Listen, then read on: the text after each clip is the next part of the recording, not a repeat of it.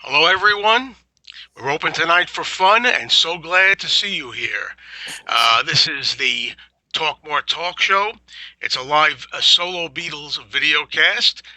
It's on every other Monday on Facebook at 9 p.m. Eastern Standard Time. We generally discuss the solo Beatles, but occasionally the Beatles as a group. And you might know me from my YouTube channel, Mean Mr. Mayo. I'm Joe Mayo, and I have a little channel there where I talk about Beatles and solo Beatles, among other things. And I'm going to start by introducing my co-hosts here, and with my ladies first procedure that I like to do. She has a couple of books out, and we're talking about Michael Jackson, FAQ, All That's Left to Know About the King of Pop, and also in the Beatles realm, songs we were singing, guided tours through the Beatles' lesser-known tracks. And there's a rumor around lately, I don't know if anybody heard about it yet, that she may also be considered for the Margot Hemingway role in the reboot that's going to be coming up of the 1976 film Lipstick. And she's none other than Kit O'Toole. Oh, that was awesome, Joe. I was wondering where we were going to be going with that, but then, you got me. You got me. Thanks so much, Jen. Okay. Hi, guys, and then hi, everybody. Good to be here. And next up, from Arizona, when he's not busy watching movies starring his favorite actor, Bobby De Niro, he is doing his Paul McCartney solo, usually podcast, video cast too. Now you got not just audio, but you also have the visuals like we're doing here. And he is one of two hosts on there. And welcome, Tom Hunyadi, to the show. Hello. Hi, Joe. Hi, Kit. Hi, Ken. Hello, everybody. Hope you had a great Thanksgiving and a happy record store day. Sure did. I still got my Thanksgiving haircut. Ready? It's going to last me. It's going to last me till Christmas. And finally, as I like to say, as we all like to say, maybe last here, but by no means least. Okay, we're talking about the great one. We're talking about the one who's been in the business for many, many years. I have so many CD singles here that I won from his shows on the radio in the early 90s to help my collection grow. You know him probably from a syndicated radio program, Every Little Thing. And also, he's one of the co-hosts for Things We Said Today, which is a Beatles podcast. Welcome, the one and only Ken Michaels. Thank you, Joe. Hi, Tom. Hi, Kit. Hi, everybody. The great one is really Jackie Gleason. You should know. Yes, that.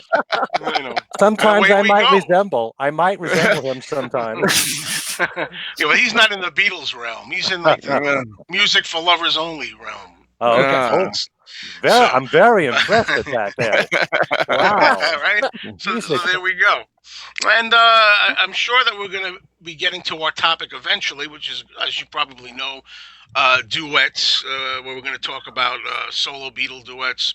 But before that, of course, we have news. Ken's always good at filling us all in on what's going on. So, Ken, why don't you do that for us? Okay. First, let me mention that at the end of the news, we're going to be talking about the new releases that came out in the last few weeks. The new McCartney single, which Tom is holding up, and the Beatles singles box set. Bring it out, Tom. Tom is always ready. It's a heavy piece of greatness right there. So yes. Tom is always ready at a moment's notice. Just let me know. Okay.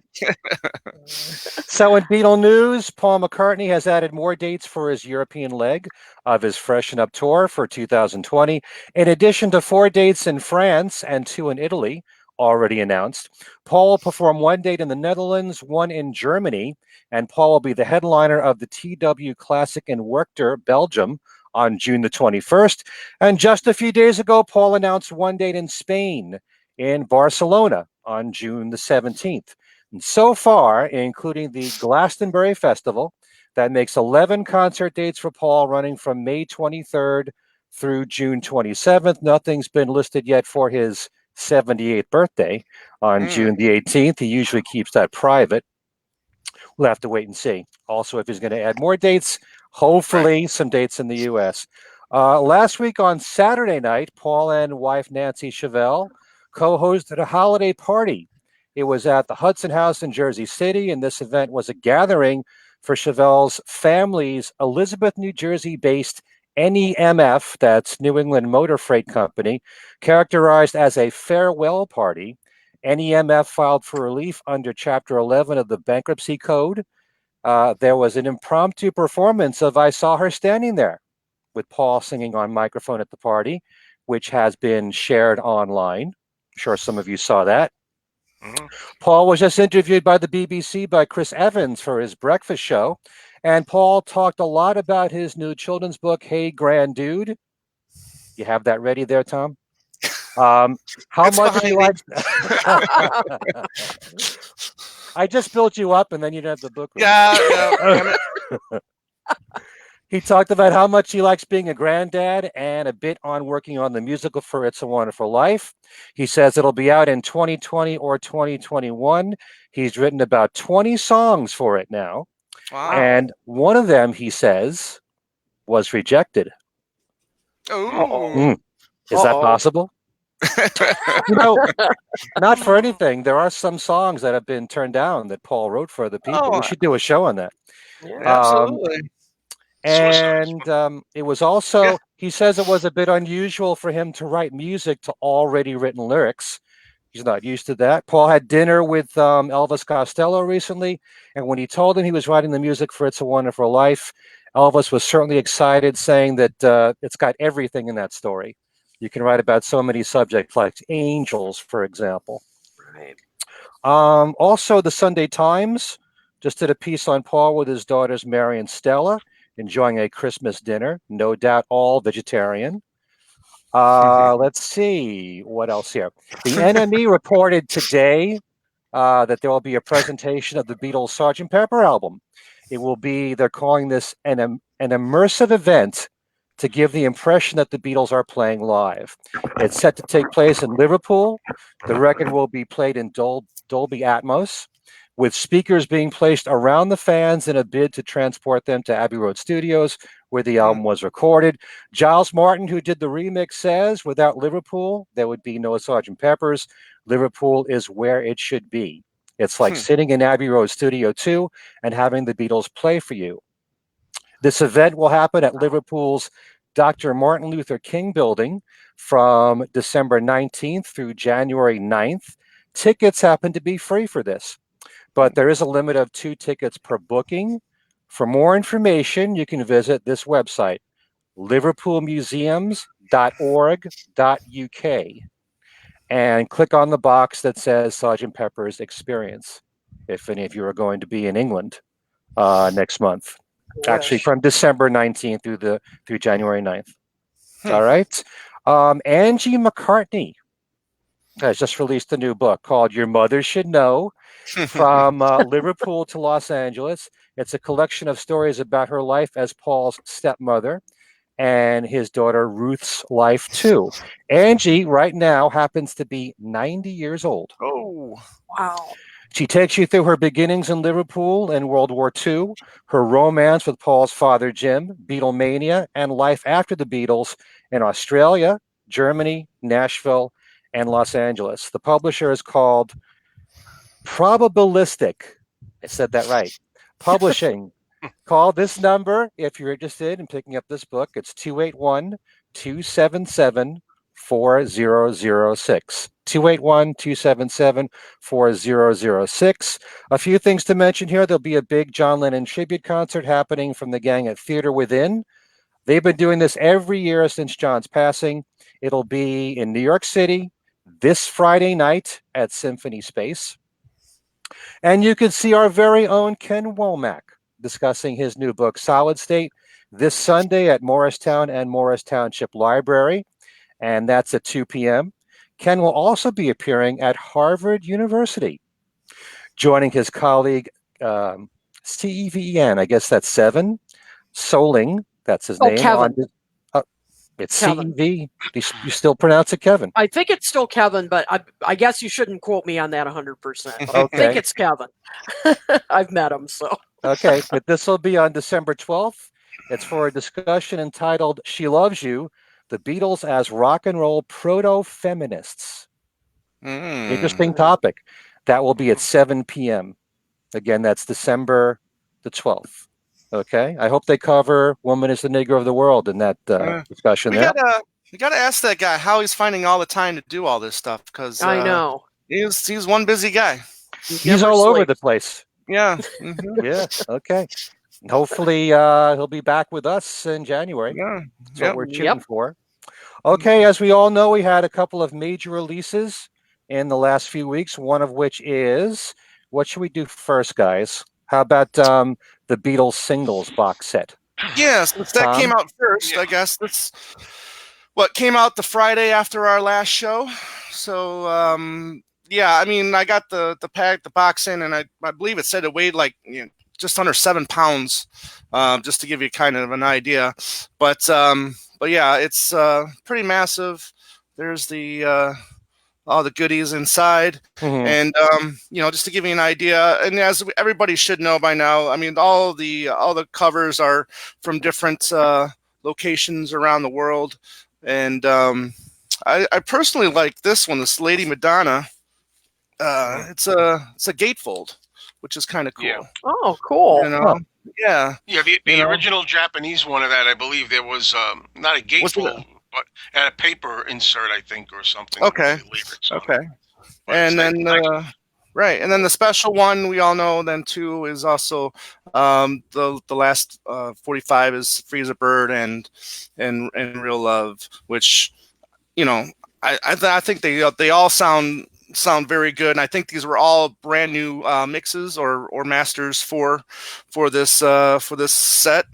Really? And yeah, oh, I didn't know that. From what I was hearing. And they use the right ones at times, like for example, "Love Me Do." Right. I'm glad they used the Ringo version, and okay, the mono versions for the most part. They use, and also like on "Please Please Me" is the version that does not have the little error that John sings in there, which is pretty cool that they use the right ones. And I personally really like the packaging and the covers, the way they're not. The original paper, they're kind of like sturdy, durable cardboard. It's really, they're nicely presented, I think. And they are. And then inside they got a sleeve that comes with it as well. So it's just not, the 45 and this, heavy cardboard. So you actually get some protection on the 45, so they look nice. Yeah. Okay. And it's a nice book with it too, that explains all the songs.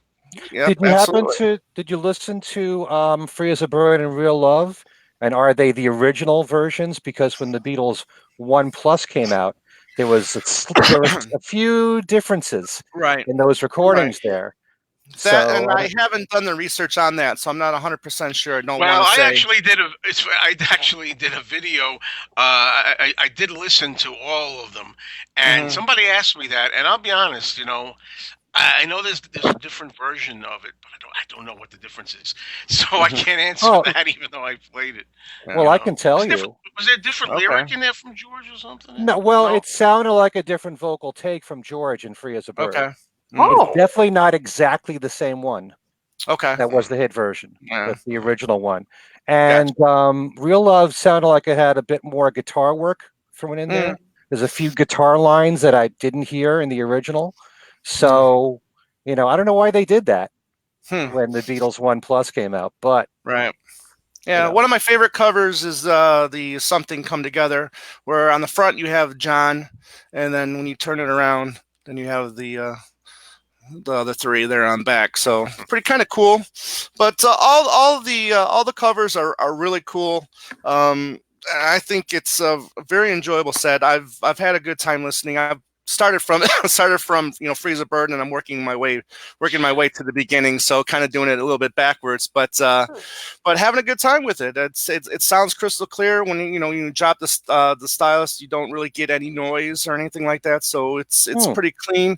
And so yeah, I mean, there's nothing to really gripe about, in my opinion. So it's a great job by Apple. Well, I think overall it's a great job. Personally, I thought some of the sound was hit and miss, but overall I'm still satisfied. I don't regret getting it at all.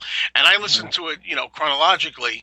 And of course, everybody knows how the Beatles progressed. And when you listen to it that way, I mean, one song at a time, one record at a time, as intended, spotlighting that particular record as an event, You really get that feeling of how much they accomplished and changed in such a short period of time. Right. Absolutely. Yeah. Okay. All right. The other major release, as we know, is Paul's new single, which first came out just digitally, and now it's out on vinyl. And that's the songs Home Tonight and the flip side, In a Hurry. We've all heard both those songs. And I'm very pleased to see that online. Oh, I love the way that that's designed there. Very cool. Yeah.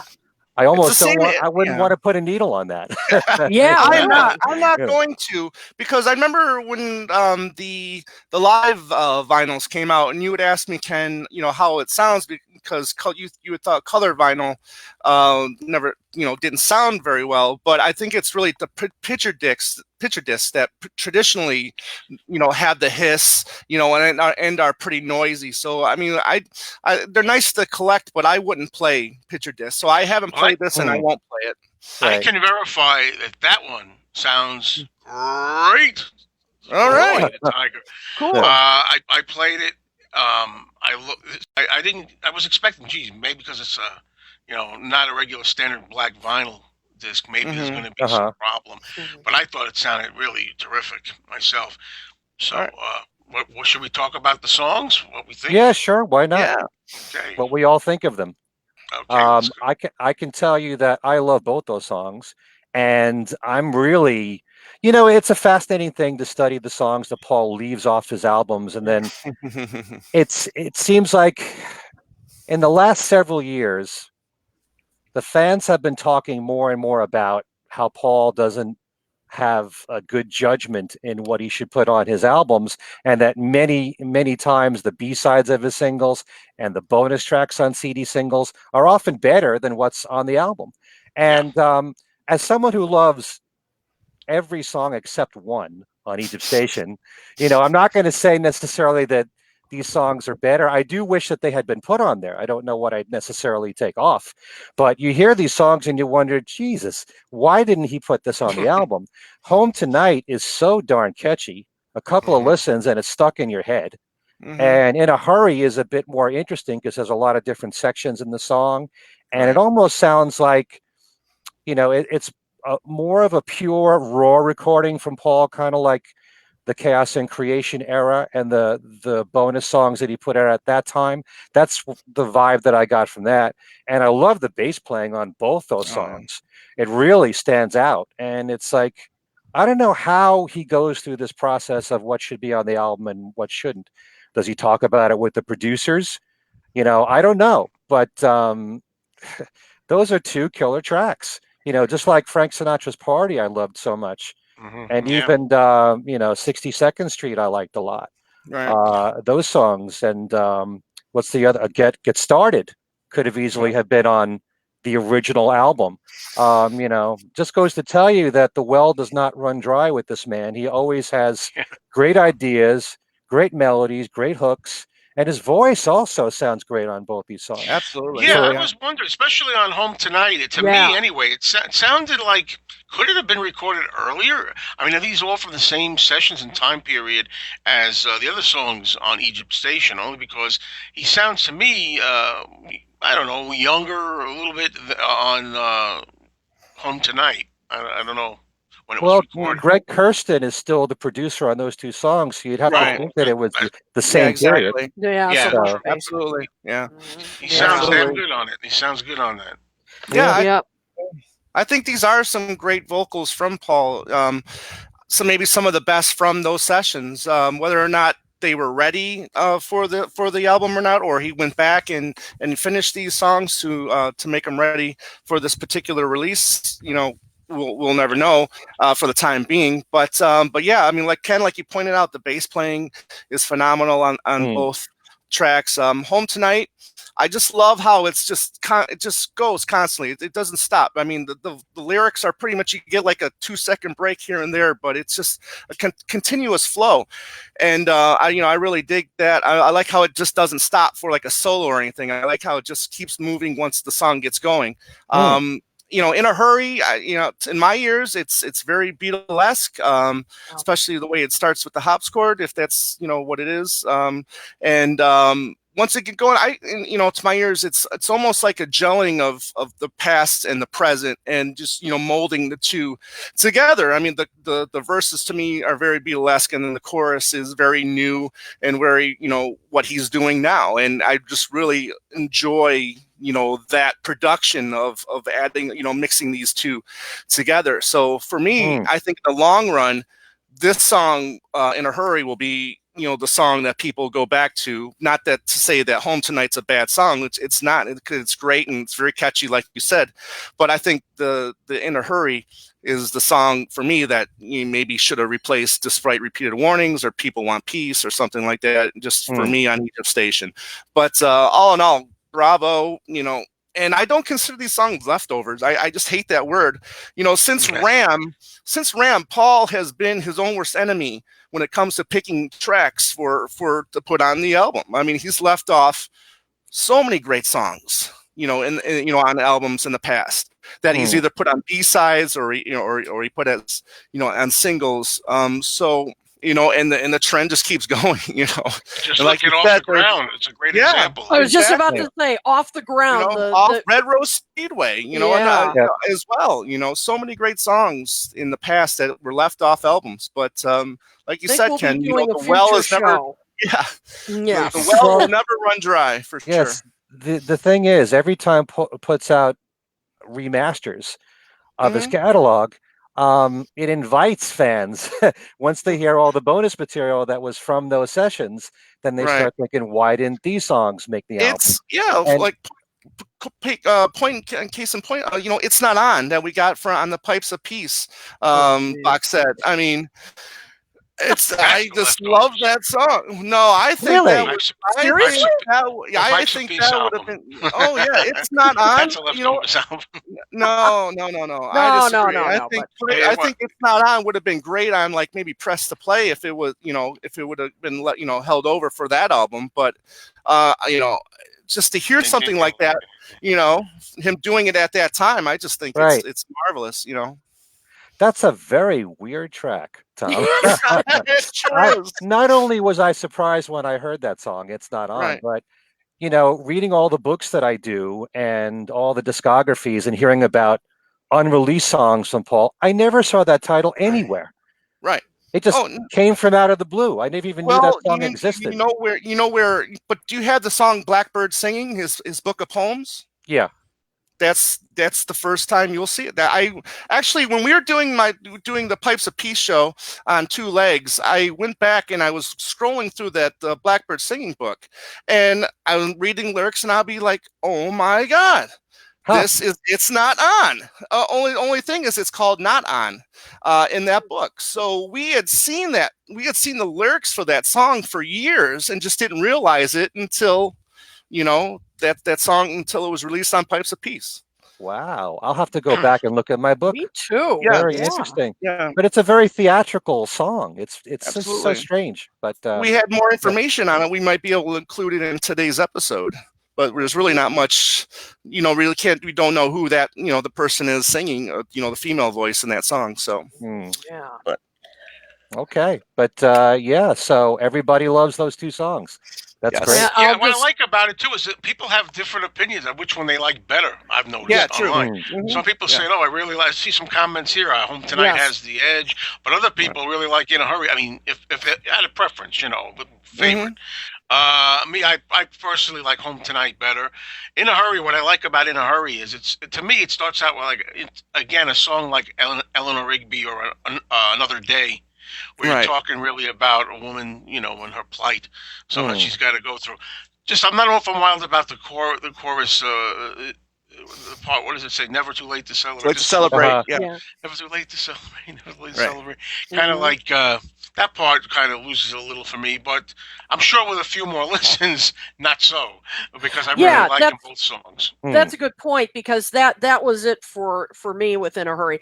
First time I heard it, it didn't grab me immediately. But then with repeated listens, I still I prefer Home Tonight, but still In a Hurry has its own intriguing kind of qualities, and as you said, Tom, Beatle-esque, even with the false ending and that kind of stuff. Exactly. So, Right. yeah, and so it's intriguing, and I guess my main summary of it is, really, Paul, you left these two songs off and put on really. I like what you said, Tom, about the very beginning of In a Hurry with the it sounds like a harpsichord. Kind of reminds me of the beginning of Fixing a Hole. Yeah. In a way.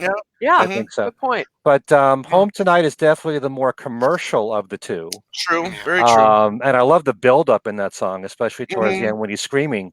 He's got screaming vocals there. Yeah. But In a Hurry might be the more interesting. There's more to chew on. Right. And you got and the horns are in both songs, and I'm glad he's still using the horns, and I hope he continues, with the horns as well. Yeah.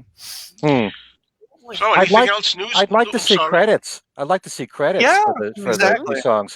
Because it could very well be that Paul played all the instruments, and you don't know. In the super duper quadruple 20th anniversary box set, we'll get all the credits. Yes. There you go. Yeah, they didn't include them in your suitcase, Tom. No, they did not. No. Well, next time. So I was just wondering, do we have more news to go, or I think that's enough. That's it. Okay, that's enough. Okay, I've had enough. Get enough. All right. Come on, for you, Ken. Let's all enough song. All right, then. So, wow. Shall we start with our main topic? Ready? Yeah. Now the thing is, we're talking here, folks. Just to clear it up, about duets, really, between a solo Beatle and someone else, not necessarily collaborations in general, which of course we could do any other time on another show, something like that. But so I mean, there's so many. I know Paul, I think, from when I was thinking of a lot of them, Paul has so many. But I think what I'm going to do is, since I'm moderating this, I'm just going to kind of sit it out here, and I'm going to ask around and just see some of the picks you have. Not necessarily, maybe they're your favorites, maybe not your favorites, but just interesting ones. Whatever you want to do. So we'll start out with Kit. Can you offer up some titles for us?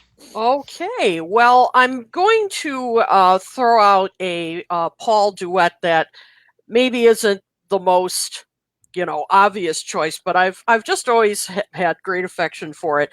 Paul's duet with Steve Miller and Used to Be Bad. I've just thought that was a fun jam. From Flaming Pie. Yep. And it just it's like, sitting in on them just jamming in the studio, and Paul sounds like he's having a great time. His vocals.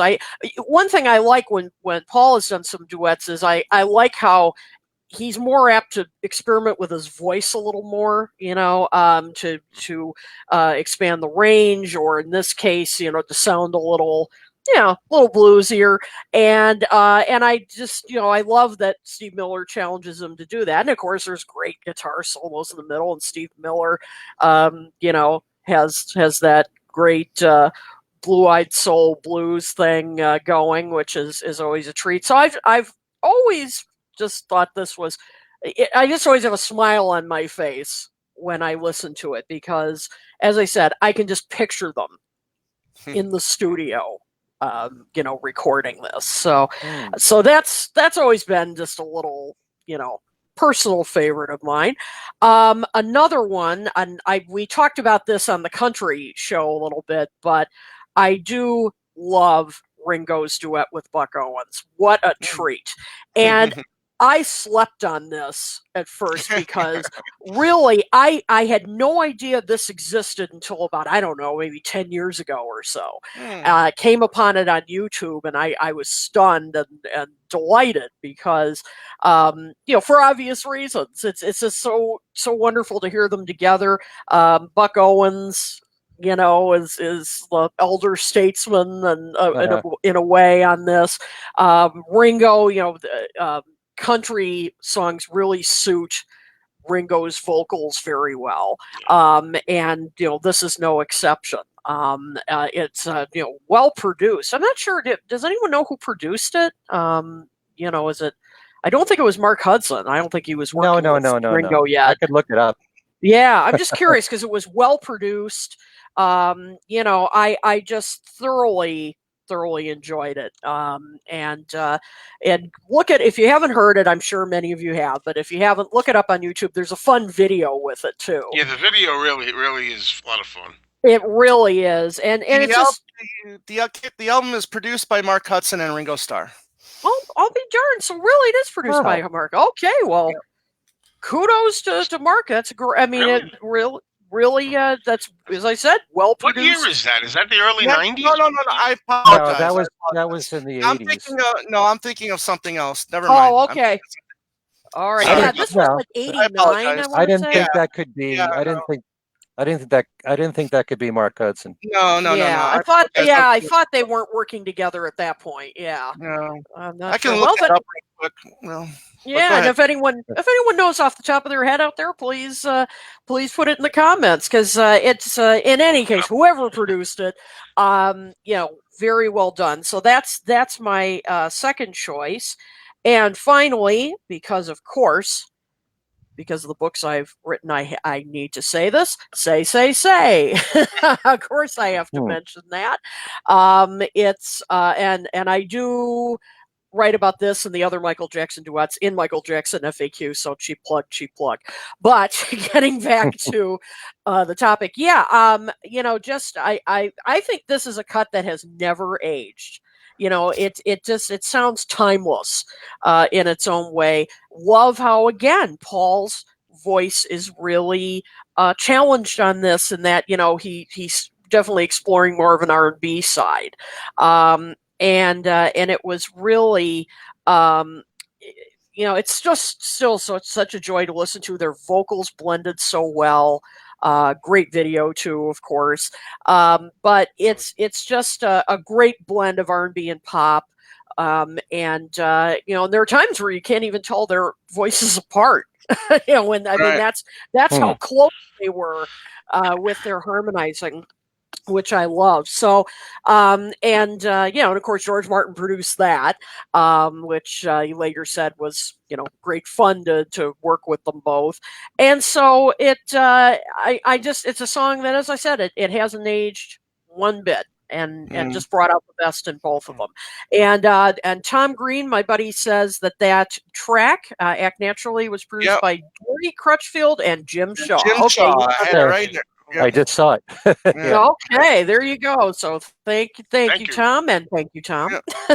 Okay, very well done. I like Say myself. I liked it then. I like it now.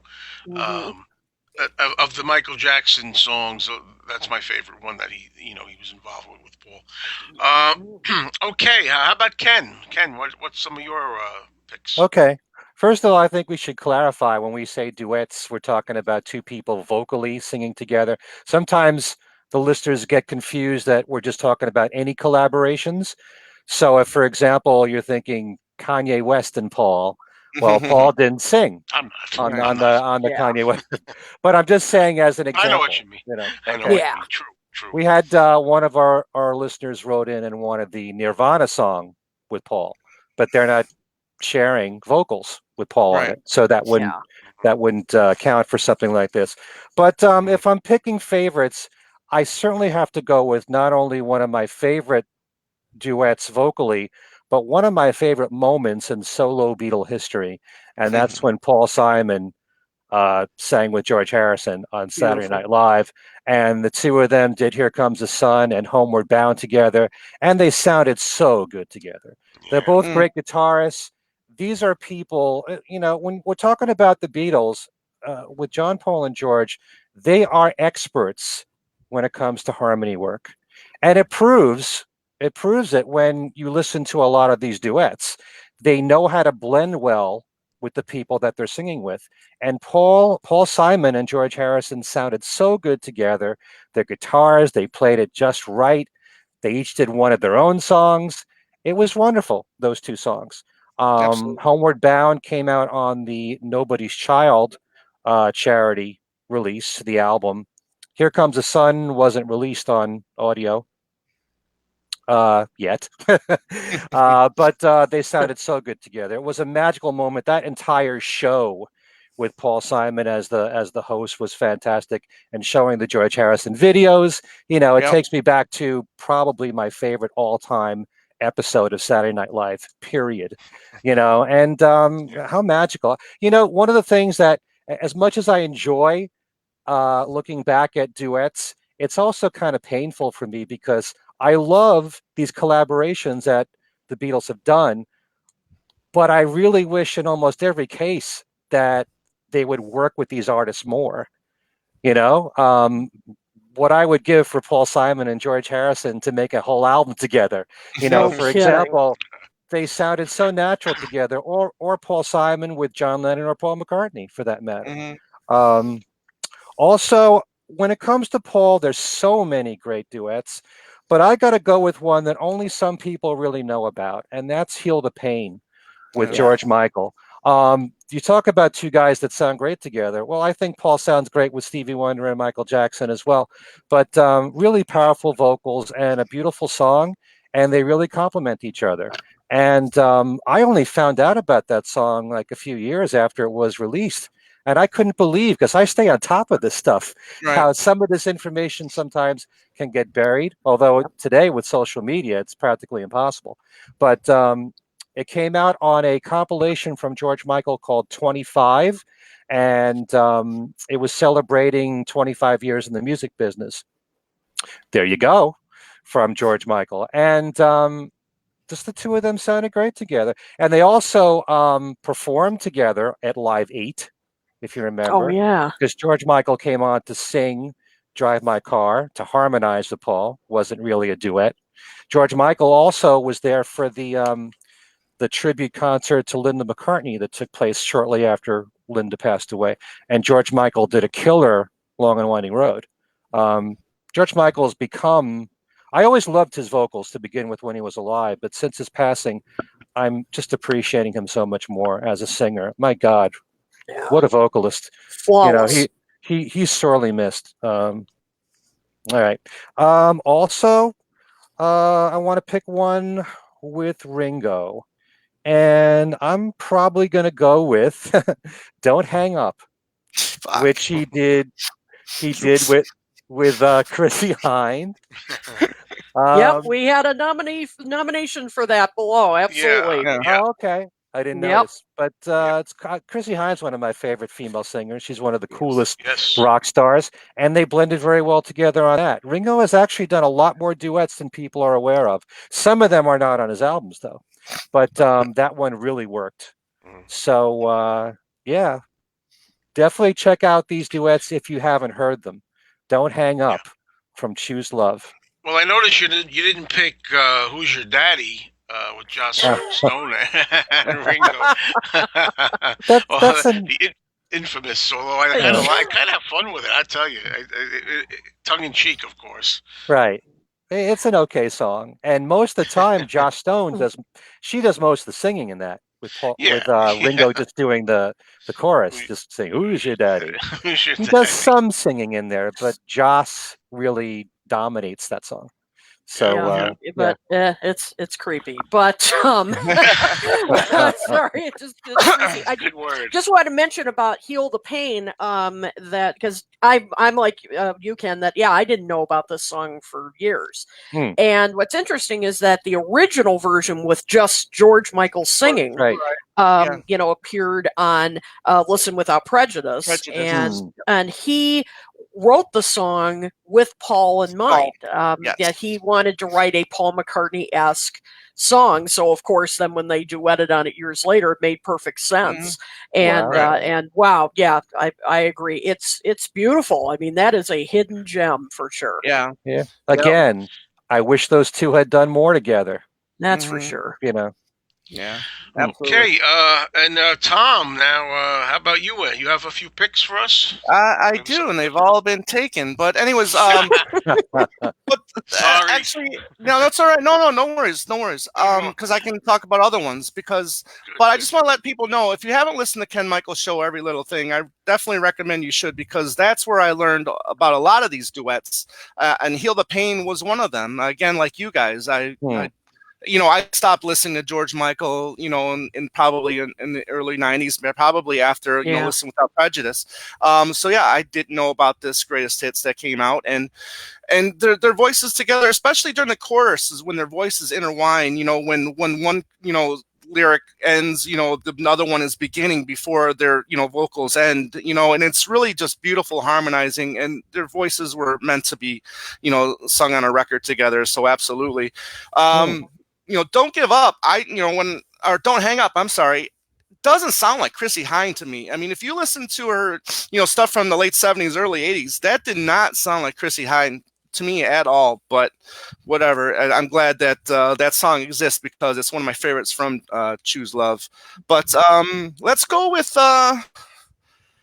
Leon Russell was becoming a big name in the late 60s, and starting with Joe Cocker and then into the early 70s. I mean, he was very versatile. He can do just about any style of rock and roll, and he was a great addition to the concert for Bangladesh, playing piano and guitar or whatever, or bass. I think he was playing bass for one song too. Maybe it was one of the Bob Dylan songs. But Beware of Darkness, when George gave him a verse to sing, I thought it was very, very powerful. And that's another person that I think would have done a great album with George is Leon Russell. That would have been really cool to see those two, because I think Leon Russell is a very underrated writer. He's written some great songs in the past, and that would have been a cool collaboration. But I'm glad that they had that together. Let's see here. A little known song too, from the arguably one of the worst movies of all time, Shanghai Surprise. Not a lot of people know that George Harrison did the soundtrack or a lot of the songs for that movie, and one of those songs was the same as the title, Shanghai Surprise, which he did with the former Mrs. Jo Brown, which unfortunately she's deceased now, but Vicki Brown is her name, and that's a pretty catchy song. I mean, it's 5 minutes long. It's kind of a little over long, but she does some pretty good vocals on there, and I recommend you guys checking that out. I've talked about Luck of the Irish during the Guilty Pleasures one. I love when Paul and Linda sang together. I Am Your Singer, for me, I know Wildlife gets a bad rap, but I Am Your Singer, for me, is a beautiful song. Linda's voice, say what you will, about it, but I think her voice blends very well with Paul on that song, and they harmonize great together. And I think it's a worthy song and a worthy duet by the two. And I wish they did more duets together. I wish, and then you can say the same for, I Lie Around with Denny Lane. I wish they did more duets together. I mean, it's a shame that they didn't do, I know they harmonized a lot, but they didn't really actually do duet style songs that often. Right. And it's too bad that they didn't. So, but those are my three. I'm glad you recognized I Am Your Singer as a duet. Yeah. Because a lot of people absolutely. may not think that. Yeah. Right. Yeah. And I've always enjoyed Linda's singing. I enjoyed the album White Prairie. I actually like a lot, and I like her on the Wings. I think she's a very important part of Wings. I really enjoy her. Absolutely. Anytime she sings on the songs, I've always enjoyed her. So some good picks there. For myself, I had a lot. Naturally, I had a lot of the ones that you folks had, but I had a few extras there. I was going to talk a little bit about Who's Your Daddy, but we kind of covered that already. It's because it was not a favorite, but just completely outrageous and offbeat. But to stick with Ringo, Ken was saying, not everything is like on an album. I'm thinking about the Ringo TV special, seldom seen these days, from 1978 with Carrie Fisher singing You're 16 with Ringo. It's Agneratz. Yes. The Agneratz special. I don't think that's on enough. You can't find it anywhere on a regular album. I don't think anywhere. I don't think so. that's a kind of interesting moment. I'm not a Star Wars guy, but for anybody who is, that's an interesting moment on TV to hear them sing. I think they do a good little job of it. Um, People were saying, I noticed in the comments, nobody's mentioned Whatever Gets You Through the Night yet with Elton John and John. But I mean, that almost goes without saying. But we could take it a step further, and this is on record. Uh, Recently, we just had Thanksgiving, right? November 28th, the live versions too, when they sing together. I saw a stand. They're really singing the same thing together. It's not an official different lines or anything, but they're together on that. I don't consider those duets, but it's not really officially a duet because they're not singing different things. But then I don't know. I mean, you guys stole my thunder here. All my titles I got to cross off. We were talking before the show about Ringo's song off the Why Not album, "Walk with You," that Paul sings on. I don't know. I love that, and whether or not that's some of us felt that it wasn't really a strict duet, but it's a nice moment with the two of them together. I think it's beautiful, that song. I know people who don't care for it much, but I know my girlfriend, she loves, it's her favorite Ringo song now. So it affects some people. I think that's touching. A beautiful job. What else do I have here? Again, when John and Yoko sing "Happy Christmas, War Is Over" together, I think that's probably my favorite of their joint efforts, duets. We're kind of loosely using the term. I enjoy that very much every year, and it's that perfect timing too, because Christmas music is starting, and you're going to be hearing that a lot. And I like the version where you hear John and Yoko before they added the choir. I mean, I love the children's choir on it. But I enjoy the rare version where you just hear John and Yoko on it. And stuff that we mentioned before, somebody mentioned "Get It" with Carl Perkins. Love that. Paul off the Tug of War album. That's nice, an old pro like that together with Paul, veteran somebody he looked up to. Can you imagine if George had sang with Carl Perkins like that? That would have been interesting because he was really George's hero. Right. Well, that's just some of he did. He did in the Carl Perkins special. Oh, the Carl Perkins special. Yeah. That's is that not one of George's finest moments ever? Yeah. On that, he's not into it, and like a little kid with his idol. It's so great to watch. It's just a wonderful moment. I think that also inspired him. I think I heard later to come out and record again. I think that also got him more into the music, that experience doing that in '85. Yeah. So that's just some of my thoughts. And anybody else have any that we maybe, absolutely. Sure. Let's spill over because we've got time, and you see people also giving their thoughts. Maybe we there's some great comments on what people have said too. And we have, before we get to our next picks, we have a question. Would we consider the duet with Joe Walsh on Ringo's Ringo's New Album, that track? It is. Does that count? Yes. Yeah, absolutely. Sure. Got to get up to get down. Absolutely. Get up to get down. That's right. When you've got solo moments from two people, to me, that's a duet. But the thing, we were talking about this before the show, there are some gray areas.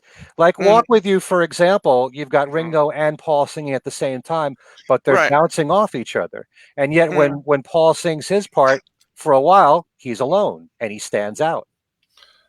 And likewise, there was a cover of "So Bad" that was done by a female singer called Lindsay Pagano, and Paul is on it, and they're bouncing off each other, and you can hear Paul clear as day, and there are moments when Paul is alone.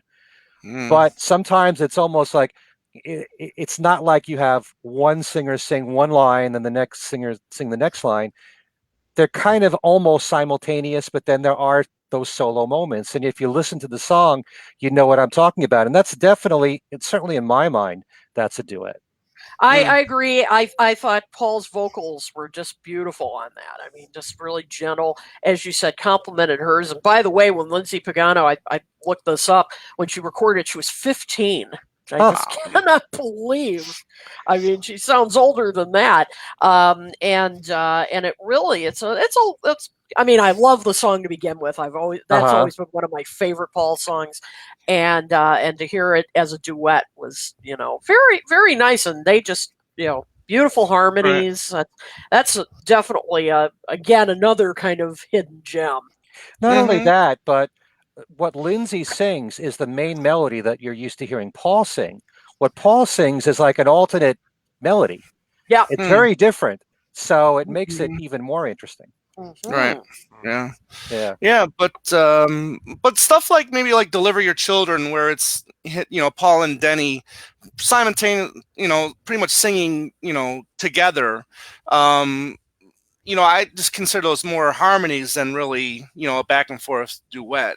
I know they've got a few things like that. I mean, I think No Words is kind of like that too, where it's just, you can hear Denny clearly, but you also can hear, Paul and Linda in the background, with them. So I really don't consider that like a, duet per se, but, it's just more like a harmony track, But, you mentioned I Lie Around, and I Lie Around, the verses is Denny. Right. And then when the chorus comes in, you hear Paul. Yeah, but I think he has the last verse. Yeah, but I think he has the last verse in that song. I think there's 3 verses, and I think the first 2 are Denny, and then I think Paul has the last verse. Oh yeah, he does. So they alternate. So that's still a duet to me, anyway. Absolutely. Absolutely. I never thought about "Deliver Your Children" because, again, Denny sings the verses, but when the chorus comes in, they're harmonizing together. Right. So, you get the kind of balance there. Right. Whereas in I Lie Around, you hear more Paul in the chorus. Yeah. So I see Bruce has an interesting one there. Yeah. It's Frank Zappa. Yep. But another one. Yeah, another one I learned from listening to your show too, Ken, was the duet between Paul and Brian Wilson, "A Friend Like You," which I find that to be a very, very good song as well. So. That's on one of Brian's albums, "Getting In Over My Head." And and Brian wrote that with Stephen Kalinich, who's an old friend of the Beach Boys. And it's a beautiful song. Paul just sings the words, "A Friend Like You," nothing else really, and Brian carries the rest, but you hear Paul clear as day. And for people who are craving for Paul and Brian Wilson to do anything, at least you have that. Very good. Joanne Grubbs mentioning "My Old Friend." Yes. Paul and Paul Perkins there, since we brought up Get It. Beautiful song, beautiful sentiment in that song. And for years and years, we heard about that song, and it took forever for Carl to release it. I remember that. But, it was quite a relief when it finally came out, and really, very nice song. Right. I got a whole list here, but if you want to keep going, Tom. One other one. One last one for me is, right one for me, the one he did, the song he does with Willie Nelson as well, or Ringo does with Willie, which that would be cool if, someone suggested that, Willie and Ringo do an album together. I agree. That'd be fun. Yeah. And then and one last thing too is, a song that we, for whatever reason, I guess this animated movie, they lost funding for this movie, but there's still a song out there that we don't know, the way we haven't heard yet, and that's between Paul and Lady Gaga. There was that animated movie from a couple years ago that was supposed to feature that duet between those two, but for whatever reason, it wasn't meant to be. So well, we don't know when it's going to come out or if it's going to come out. True.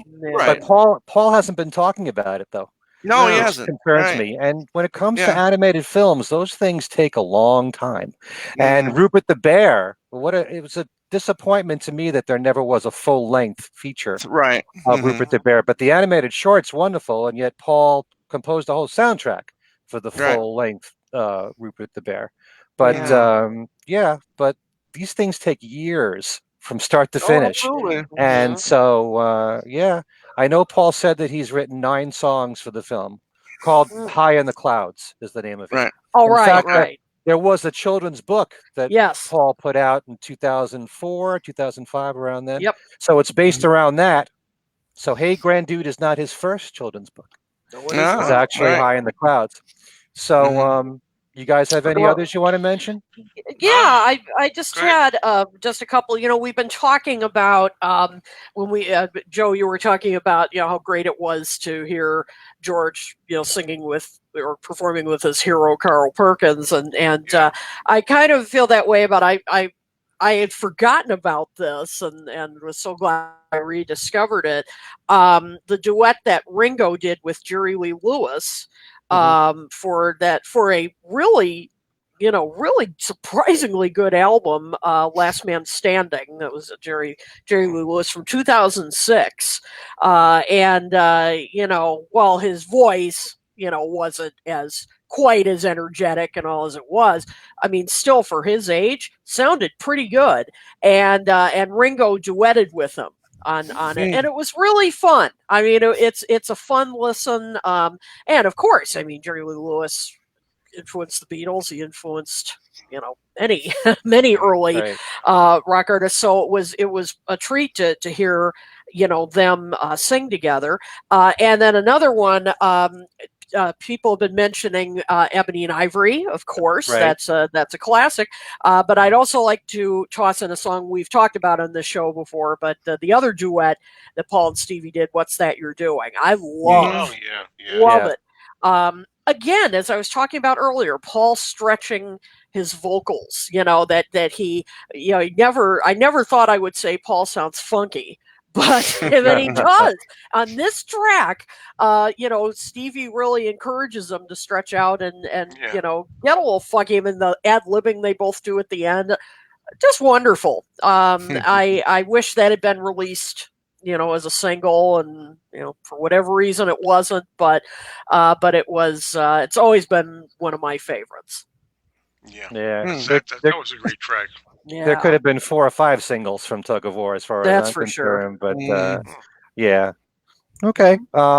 Any others? Ken, I know you got a bundle, so it's going to take up the rest of the show for us. So we have some time, so I'm saying let's go.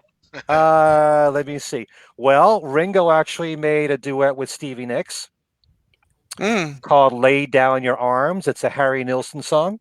And there was a compilation that came out called "For the Love of Harry," and it's all various artists doing Harry Nilsson music. So it's on there, and they sound pretty good together. Actually, you should check that out. All the stuff you could probably find on YouTube. "Lay Down Your Arms," Ringo with Stevie Nicks. We did mention "Gotta Get Up to Get Down" with Joe Walsh. I definitely would consider that to be a duet. Ringo with Leon Redbone. The recently departed Leon Redbone. They did a duet of "My Little Grass Shack." And that's on Leon's album called "Whistling in the Wind," which came out in 1994. Again, you can check this out on YouTube. They sound really good together. It's a good, fun song. I'm sure many of you know the song anyway. "Honey Don't," there is a live version of Ringo with Carl Perkins. It's actually a manufactured duet. It's a live recording of Ringo and the All-Stars, and they put Carl Perkins singing a verse in there. And that's on the Carl Perkins album, "Go Cat Go," which, by the way, is an absolute must album for Beatle fans, because it's one of those albums where the star teams up with a lot of other superstars, and all 4 Beatles are represented on that album, "Go Cat Go." It's got John's recording of "Blue Suede Shoes" from Live Peace in Toronto, but they didn't mix Carl Perkins' vocals with that. And they have "My Old Friend" in there, with Paul on that. They have "Honey Don't," and they have a great song that Carl did with George Harrison called "Distance Makes No Difference with Love," which is not a duet, but it's a gorgeous ballad. And you can certainly hear George harmonizing with Carl on that, and it's got his great slide guitar work on it. What's the name of that? What's the name of that album? "Go Cat Go." Okay. And Carl Perkins is working with everybody on there. Paul Simon's on it. Willie Nelson's on it. John Fogerty. A lot of great people. Also, one I have to mention. I am so glad that Paul recorded anything with the great Tony Bennett. Yeah. Yep. Made a duet of The Very Thought of You, the standard there, which is on one of Tony's Duets albums. Just nice to have the two of them together. I wish they'd do more together. It's kind of like I always wish that Paul had worked with Frank Sinatra and did just one song together. Sadly, that never happened, but we do have this one song with Tony Bennett. And they sound really good there. There's a very odd recording of Paul with Lulu. Yes, The singer. We all know Lulu for To Serve with Love. And there was an album that she made in 2002 called Together. And there's a song called An Inside Thing, which is a combination of an original song mixed with Let 'Em In. And you've got some of Paul's original vocals from Let 'Em In with new vocals that he added to it. And there's someone else that joins in that does some rap in the song too. So technically that's not two people, but in a way, I kind of look at it as a duet. But that's one to check out. You want something very different? An Inside Thing. That's one that I played on my show. Did you ever hear me play sounds that? really good on that track, though. Paul? Yeah. Lulu. Their voice is really good on that track. I have to say. Yeah, I think you played that track the same night where I learned about the George Michael and Paul song, "Feel the Pain." So yeah, you did. You also did, if I remember correctly, "Bring It On Home" with Al Jarreau and George Benson. George Benson. Yes. Yeah, which really doesn't count because it's three people on it. But, Right. But yeah, your track, you yes, should it's check a good that album recording. too. Yeah, it's a good album too. So. And Paul really, belts his vocals out. And when you've got, Al Jarreau was a killer singer there. Oh, yeah. George Benson sang really well. To have those three together was wonderful. It sure was. We have, there's the 3 songs with Michael Jackson. You've got The Girl Is Mine, which I always thought was great. A lot of people consider it to be too corny. But I love the give and take between the two of them. I just raised my hand. And I love the fact that Paul's vocals go from a real high note to a very low note later on. Yes. Really cool. And say, killer track. The two of them were just wonderful together. It's kind of hard for me to think of that song without thinking of that video that they made. It could be, along with Pipes of Peace, 2 of the best videos Paul ever made, and they looked like they were having a blast. Paul and Michael. They're just, very photogenic together on camera. And I also love The Man, that third duet with Michael Jackson. Another one that some people might say is too sappy, but I think it was a really... I'm sorry, man. Again? Oh, no. I love Say, though. I love it. Okay. Their harmonies on The Man were very wonderful, very tight, really wonderful. Yeah. This is the Yep. I'll tell you one thing. We should do a show called Should Have Been Singles. Yeah. And I always thought that The Man should have been released as a single, because coming off a #1 song like Say, I didn't think So Bad, as much as I liked the song, was a wise choice. Actually, it was supposed to be a single. I write about this in my book, that it originally was meant as a single, but then there Paul's drug bust, I think it was, and then they didn't want him. No, that came after. It was basically it had to do with Michael's record label, as I recall. It was something about they wouldn't agree to release another another cut of his, because I think Michael was coming out with another single at the time. And so they didn't want to have both at the same time, and so it never happened, which is a shame, but that was originally intended to be. I think that would have been a big hit. It probably would have went top 10. So, but also Elvis Costello. Oh yeah, you want it too. Yep. I think they sounded great together on that song. Although, when I think about that song, it's almost like sort of like a rewrite of The Girl Is Mine in a way, just with Elvis Costello. They're bouncing back and forth, over, a woman. But they still sound good together. I love their work together. I think the collaborations were phenomenal. And a lot of people who who are so very critical of Paul for writing lightweight stuff and not putting a lot of effort into the lyrics, the work with Elvis Costello lyrically was pretty intense.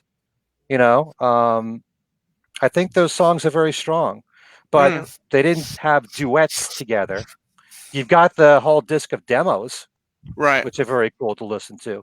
But as far as, a real duet, you one or two is it. You mentioned Used to Be Bad with Steve Miller. That's a really good one. I do love Get It with Carl Perkins. The only other one that I have left is Paul did a duet with Eric Clapton. Yes, that's charming. He did All of Me. That's another standard. What about the Something one? Does that count? Yes. Sure. Very absolutely. good. I was thinking of that earlier on, but I was like, what if it's not a duet? I'm thinking it is. That's really good. Yeah, I think so. On Concert for George. Yeah, very good. That's right. But didn't even think of that. Yeah. But All of Me is really worth checking out, because when you really get to hear Paul and Eric Clapton, share lead vocals together, and that's on Eric's old Sock album. Yeah. And I think they made an agreement that since Eric Clapton helped Paul out on Kisses on the Bottom, Eric said, "Well, you got to be on my next album." So that's why Paul is on All of Me with Eric Clapton. So, all right, very good, okay, very good. Well done. Well, I think we covered it. I want to thank everybody. By the way, I saw a lot of good suggestions here, Absolutely. and we bounced off some of them and everything. So thanks everybody for watching. And I thought that maybe we could wrap it up. And for those who don't know already, you could figure out by if you want to find us where you can. Everybody go through. For me personally, just to get me out of the way because it's easy, what you got to do is go to YouTube and look up Mean Mr. Mayo, and you'll find me videos and all kinds of stuff, including a lot of rant videos lately that have nothing to do with the Beatles or anything like that. But once in a while, I let off a little steam, and I find that a lot of times people can commiserate with certain things. So that's kind of fun. And I'm always showing a lot of stuff that I found, rarities and stuff, memorabilia. And I go through all of the singles that we were talking about in the box set, the new Beatles singles, which I think, too bad it wasn't called the Beatles International Collection or something like that. It's the series collection. That's the whole thing. Yeah. Okay, so Tom, can you tell us? Yeah, I'll tell you. Yeah. So Two Legs just posted our last episode. It was basically the latest news, and we went in depth and talked about the two songs, In a Hurry and Home Tonight. Had a great time doing that. Future episodes, we're going to be talking about a particular Christmas song that Paul did back in '79. So we're going to get into that a little bit. A couple guests that we're going to have soon, and then maybe I'll show off a little bottle that I have behind me, thanks to Kit for a previous video that she did, where she was at what was it, Blue Village Vinyl? Blue Village Vinyl, Westmont, Illinois. Right, she was doing a little tour, and then there was this wonderful bubble bath Paul McCartney bottle that's just happened to be on sale, and I grabbed that in a hurry. And there's a commercial for that. I got to give credit where it's due. My friend, I don't know if you know my friend Anthony, who I affectionately call Anthony. He's in my videos too. He told me about that, and it was really a cool old commercial for those bubble bath. And it was funny because it was only Paul and Ringo in the commercial. Yeah, so I didn't know if they had a separate. Yeah, I don't know if they had a separate one. No, they never did. It was only made Paul and Ringo. Wow. No, actually, very interesting. Terry Crane, who recently put out a book of all the Beatles memorabilia. We did an interview together, and he was talking about, in that particular case, the company did a study as to who the most popular Beatles were in America. And it was always, in the very beginning, Ringo. Right. And then they discovered from their research that Paul was the second most popular Beatles. So they only wanted to center on those. Gotcha. Cool. Yeah. So that was a great find, and then thank you, Joe, for sending me that link. And you can email us at twolegspodcast@gmail.com. a lot of fun things coming up. So whoever's next, go for it. Keep up the good work there. And lastly, but not least, again, Ken Michaels, tell us all about your. Kid's got to go too, right? Oh, I got to go too. Yeah. No, I'm sorry, Kid. See, I let Kid go first. That's what happens. See what I mean? It's live. It's live. Anyway, you want to go before me? Yeah, I don't. I think we better save Ken for last. Well, yeah, because you already, set him up. So built it up. Yeah, he already built it up. So he'll be the grand finale.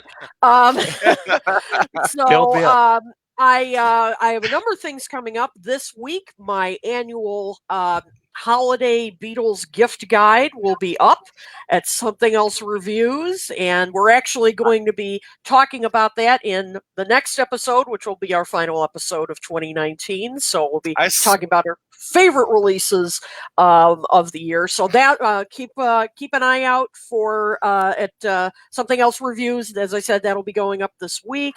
I'll have another column going up on Culture Sonar about the R&B roots of rock and roll. And it just went up yesterday, I think. I was a guest on one of our good friends' programs, which is When They Was Fab. I'm sure many of you listened to them as well, Ed and Lonnie. They had me on to talk about Paul's new singles, as well as to tie it in with Thanksgiving, what we are most thankful for with Paul McCartney's career. And we had a lot of really interesting discussion about that. So go check them out over on Podbean. I'll put up the link on my Facebook page and all. And you can also find them on Facebook. Just go to When They Was Fab. And I should also mention that you can reach us. We love to hear your thoughts and ideas. We're on Twitter at Talk More Talk 1, the number 1, and of course our Facebook page, our YouTube page, and our email is talkmoresolotalk@gmail.com. So we love hearing from you guys. So I think that's everything. Not quite everything. Ken Michaels.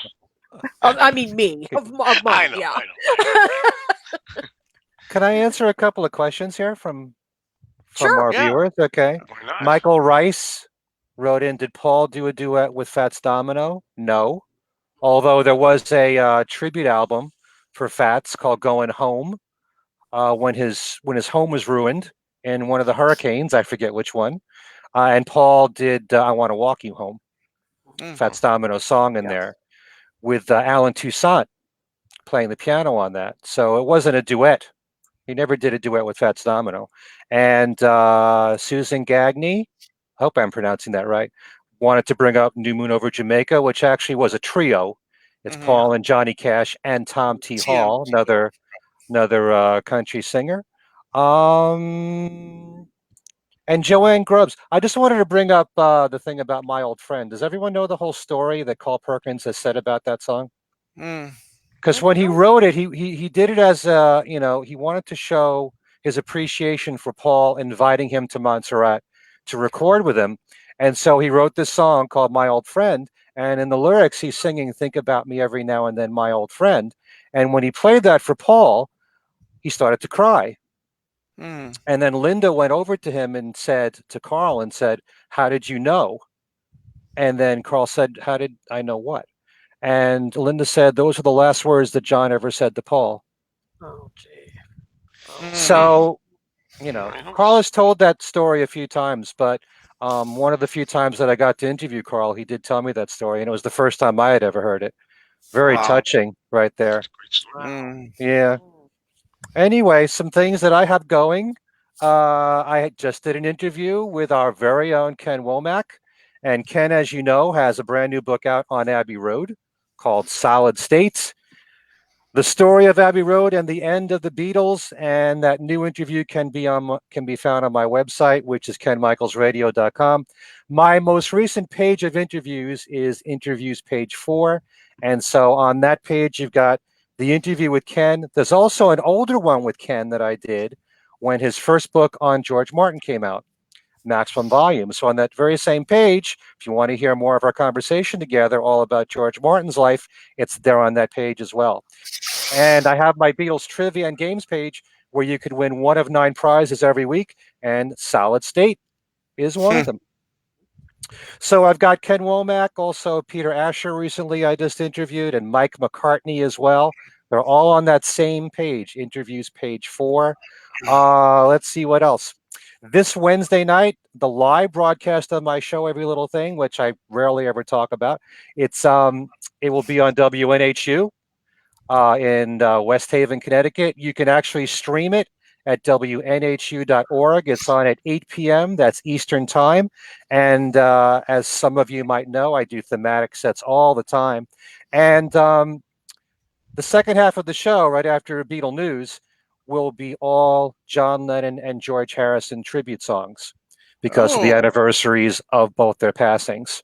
I don't do that all the time. Sometimes I do Lennon tributes other times of the year. Hey, you can do it anytime you want. It doesn't have to be around December 8th. Right. But Anytime we at all all. love John. That's right. So if you want to catch that, it won't just be what you would expect. It might go beyond here today and all those years ago. You're going to hear other artists and tributes for John and for George. And so again, that's at WNHU.org this Wednesday night at 8 p.m. And I think that's it. That is all. Okay. All right. So I know that sounds familiar. Your favorite George song on one of them. One of your many favorite. Very good. George Yeah. There you go. Okay. That's a good my way favorite to end. George love song. Yep. So favorite George love song. There's a lot of other categories besides love songs. So Ken can have a lot of them. A lot of favorite songs. Yeah. Okay, everybody. So once again, thanks for watching, everybody. Peace and love and all that kind of stuff. No autographs. But on behalf of Kid O'Toole, Tom Magnotti, Ken Michaels, this is Joe Mayo saying see you all soon. And thank you so much for watching. And please make sure you also tune in the next show, which will be 2 weeks, on Facebook, 2 weeks from this Monday. All right, everybody. Peace. Take care. Bye. Peace and love.